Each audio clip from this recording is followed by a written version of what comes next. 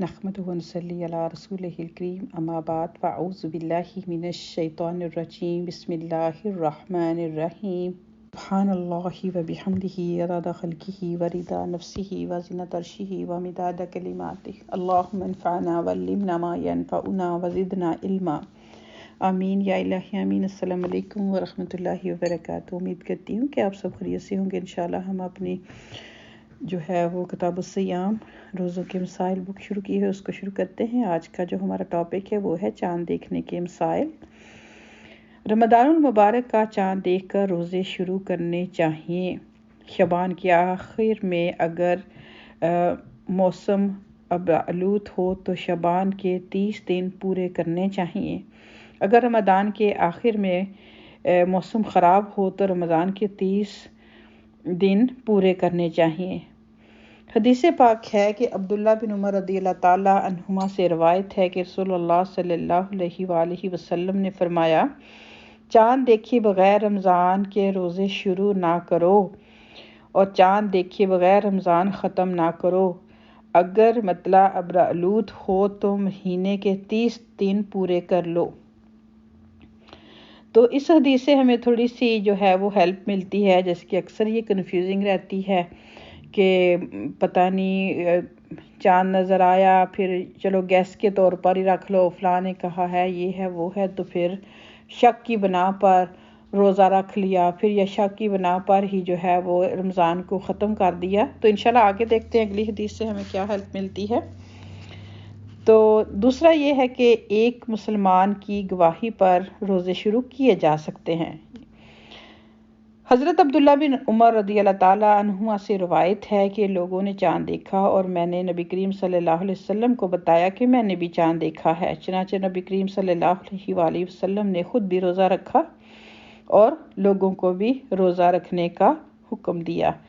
یعنی کہ اگر آپ نے خود نہیں بھی دیکھا تو کسی ایک مسلمان نے چاند دیکھا اور پھر باقیوں کو بتایا، کیونکہ آپ کو پتہ ہے کہ چاند جو پہلے دن کا ہوتا ہے بہت جلدی جو ہے وہ غائب ہو جاتا ہے، زیادہ لوگ اس کو نہیں دیکھ پاتے۔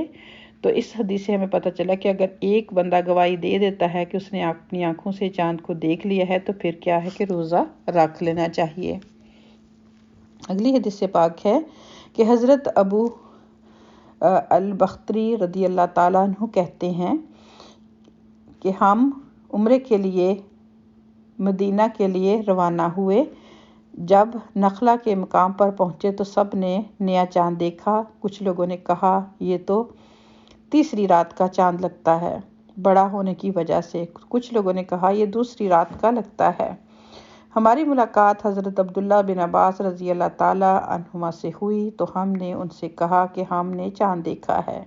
کچھ لوگوں نے اسے تیسری رات کا کہا ہے، کچھ نے دوسری رات کا کہا ہے۔ حضرت عبداللہ بن عباس رضی اللہ تعالیٰ عنہما نے پوچھا کہ تم نے کون سی رات کا چاند دیکھا تھا؟ ہم نے بتایا کہ فلاں فلاں رات دیکھا تھا۔ تو کہنے لگے اللہ سبحانہ و تعالیٰ نے اس کو تمہارے دیکھنے کے لیے بڑا کر دیا تھا، چنانچہ وہ اسی رات کا چاند تھا جس رات تم نے اسے دیکھا ہے۔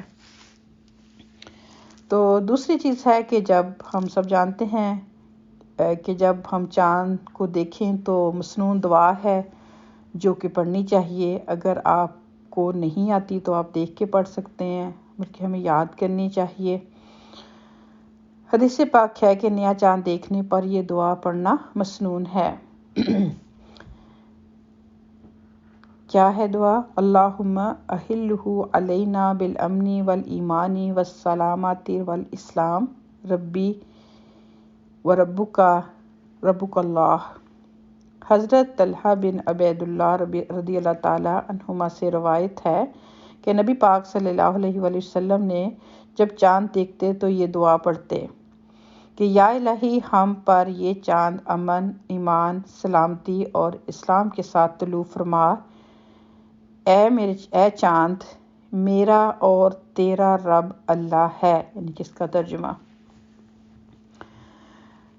چاند دیکھ کر روزہ شروع کرنے اور چاند دیکھ کر ختم کرنے کے لیے حاضر علاقے یا ملک کا لحاظ رکھنا چاہیے، یعنی کہ جہاں پر آپ رہتے ہیں اس کا لحاظ رکھنا ضروری ہے۔ دوران رمضان ایک ملک سے دوسرے ملک سفر کرنے پر اگر مسافر کے روزوں کی تعداد حاضر علاقے میں ماہ رمضان کے روزوں کی تعداد سے زائد بنتی ہو تو زائد دنوں کے روزے ترک کر دینے چاہیے یا نفل روزے کی نیت سے رکھنے چاہیے۔ اگر تعداد کم بنتی ہو تو عید کے بعد مطلوبہ تعداد پوری کرنی چاہیے۔ اس کے بارے میں حدیث پاک ہے کہ حضرت قریب رضی اللہ تعالیٰ عنہ ابن عباس رضی اللہ تعالیٰ عنہ کے غلام سے مروی ہے کہ حضرت ام فضل رضی اللہ تعالیٰ عنہما حضرت عباس رضی اللہ تعالیٰ عنہ کی بیوی نے انہیں حضرت معاویہ رضی اللہ تعالیٰ عنہ کے پاس کسی کام سے شام بھیجا۔ قریب کہتے ہیں کہ میں نے شام آ کر ان کا کام کیا۔ میں ابھی شام ہی میں تھا، یعنی کہ ملک شام میں۔ رمضان کا چاند نظر آ گیا۔ میں نے بھی جمعہ کی رات چاند دیکھا۔ پھر میں رمضان کے آخر میں مدینہ واپس آ گیا۔ حضرت عبداللہ بن عباس رضی اللہ تعالیٰ عنہما نے چاند کے بارے میں مجھ سے دریافت کیا کہ تم نے وہاں چاند کب دیکھا تھا؟ میں نے جواب دیا کہ ہم نے جمعہ کی رات دیکھا تھا۔ حضرت عبداللہ بن عباس رضی اللہ تعالیٰ عنہما نے پھر پوچھا، کیا تم نے بھی دیکھا تھا؟ میں نے جواب دیا کہ ہاں، بہت سے دوسرے آدمیوں نے بھی دیکھا تھا، اور سب لوگوں نے حضرت معاویہ رضی اللہ تعالیٰ عنہ کے ساتھ، یعنی کہ دوسرے دن یعنی ہفتہ کا روزہ رکھا۔ حضرت عبداللہ بن عباس رضی اللہ تعالیٰ عنہما نے فرمایا کہ ہم نے چاند ہفتے کے دن یعنی کہ ایک دن کے فرق سے دیکھا ہے۔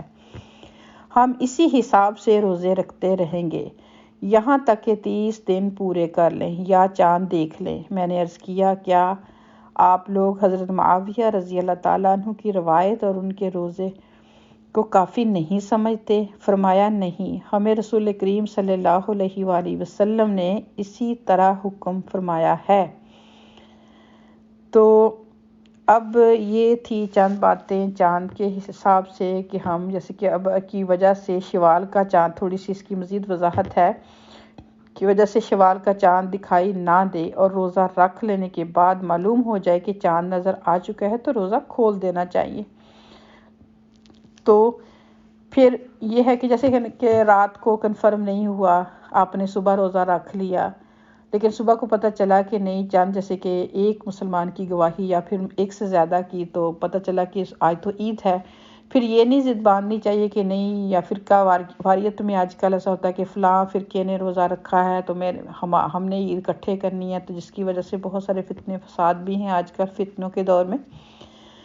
تو اگر آپ کے علاقے میں آپ نے ایون روزہ رکھ بھی لیا ہے تو آپ کو پتہ چلا کہ آج عید ہے، چاند نظر آ گیا ہے، تو پھر آپ کو روزہ کھول دینا چاہیے۔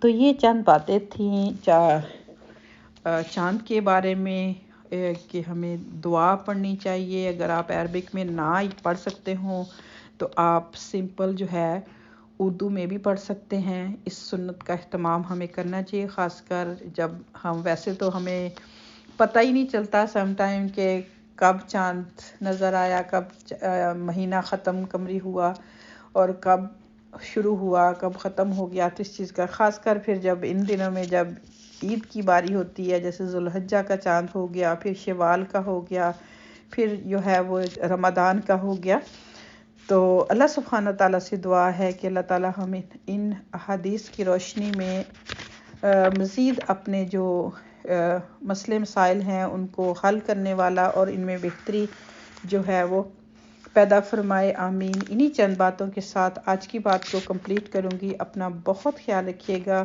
السلام علیکم ورحمۃ اللہ وبرکاتہ۔